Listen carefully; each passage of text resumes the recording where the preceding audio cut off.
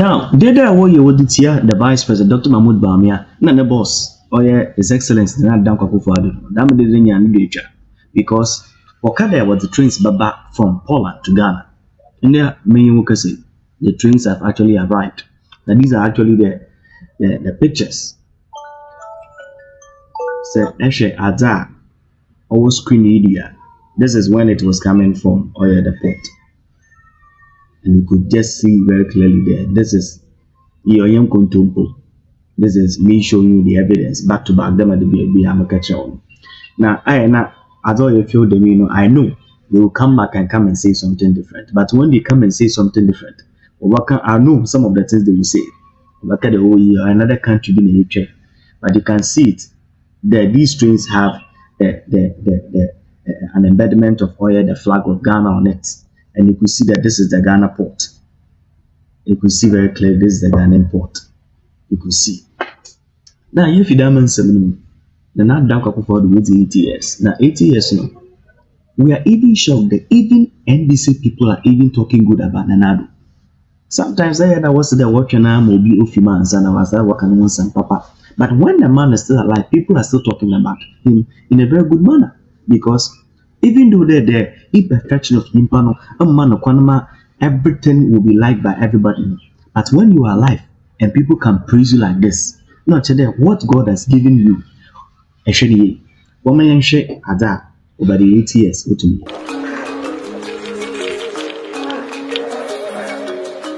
Vision, tenacity, and perseverance are 3 words that remain constant in his life's journey. From a little boy in Swalaba to a human rights activist determined to achieve the best for his country. I remember in President Kufuor's office one day and the television was on and the foreign minister came on, was talking. I don't remember what about, but I remember President Kufuor smiling and saying, "That's my foreign minister."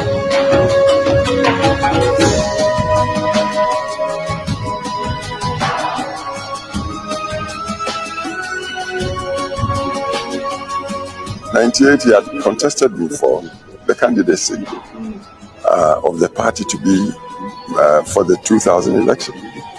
Of course, I won, but our party is democratic, and we operated under constitutions of contests. So when we won, and knowing the background from which he was coming, I thought he would fit the role of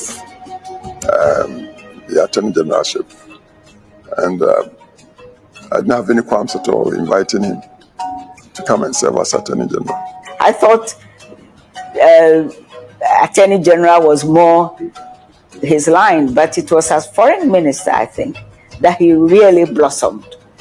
Many people think that the trial of Charles Taylor in The Hague, important though it is in being able to insulate the process in Liberia, would perhaps been better staged on the continent itself.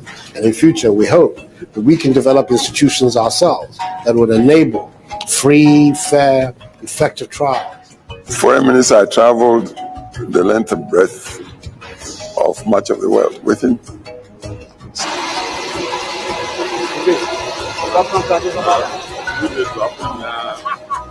So we got talking a lot during the many travels we had. I always felt quite at home with him. And I think my trust or confidence in him was because of this very long background I had with the many members of his great family. From his political activism in his youthful days in the late 1970s as General Secretary of the People's Movement for Freedom and Justice, or PMFJ, which insisted on a democratic Ghana through the establishment of his law firm, to his human rights activism days defending the politically oppressed, Nana Akufo-Addo has shown to be a tenacious servant leader and a family man. I can say boldly that among his generations, he was one of the best.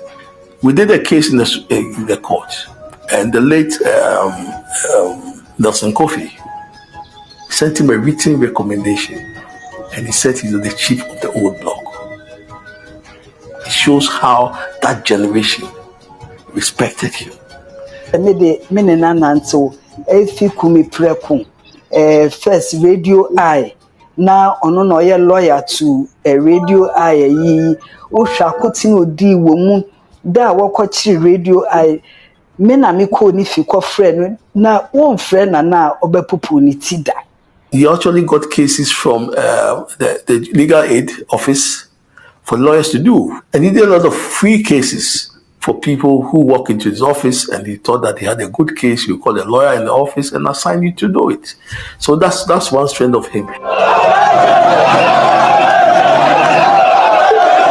But his tenacity will even become more profound in the Fourth Republic.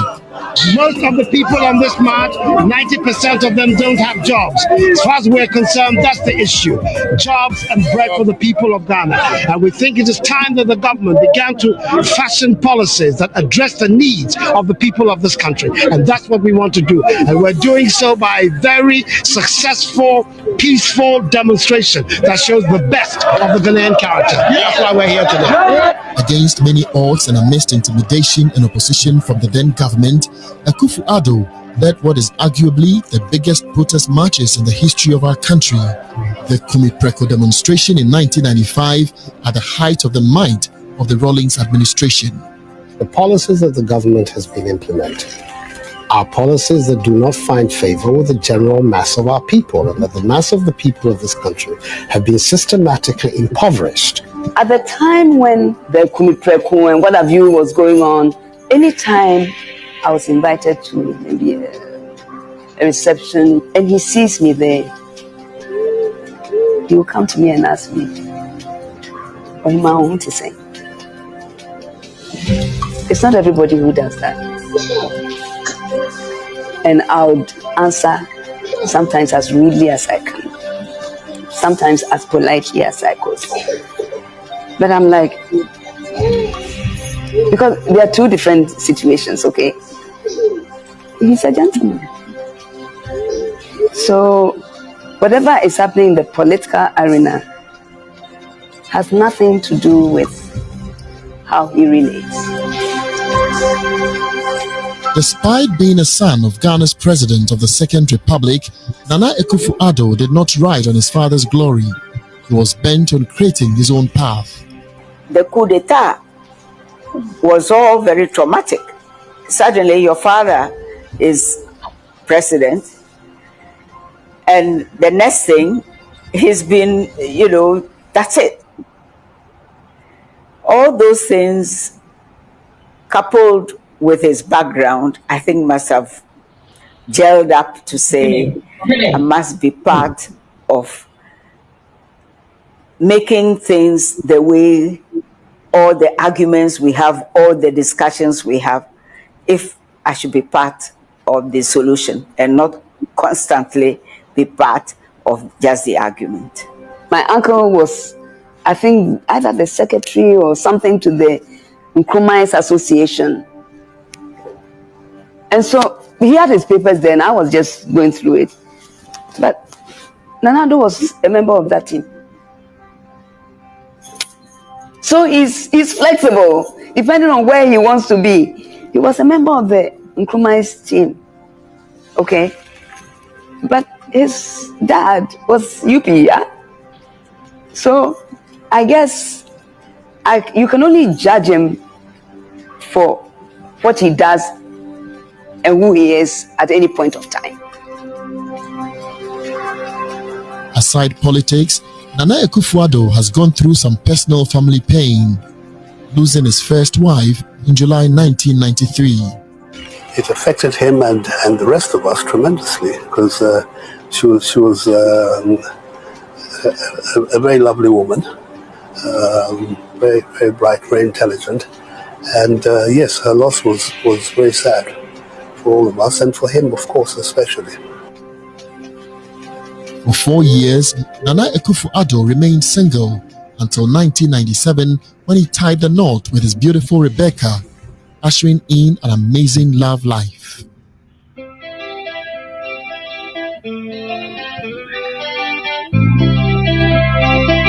Well, we met many years ago. I think it was in the late 70s. And we went out briefly. In fact, I think at the time his father was president. Yes, and we went out briefly and went our separate ways after that.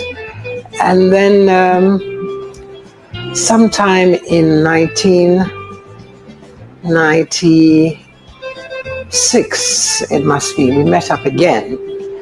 And we went out a few times and decided that we shall get married. And that's how it happened. Nana Akufo-Addo has kept a united family with his wife and beautiful daughters, a father's pride. One of the things as well that Daddy loves to do with his daughters is go for a good walk. You know what I mean? And then he'll tell you about, the areas where he used to be his stomping ground and things like that. My father can make you feel so important in that one moment that he shares with you. And that one moment can last you for 10 years. He does try. He loves his family and he cares very much for his family. And so he's always there for us. But as the whole world knows, he's a politician and he's always out there doing his politics. So a lot of the time, his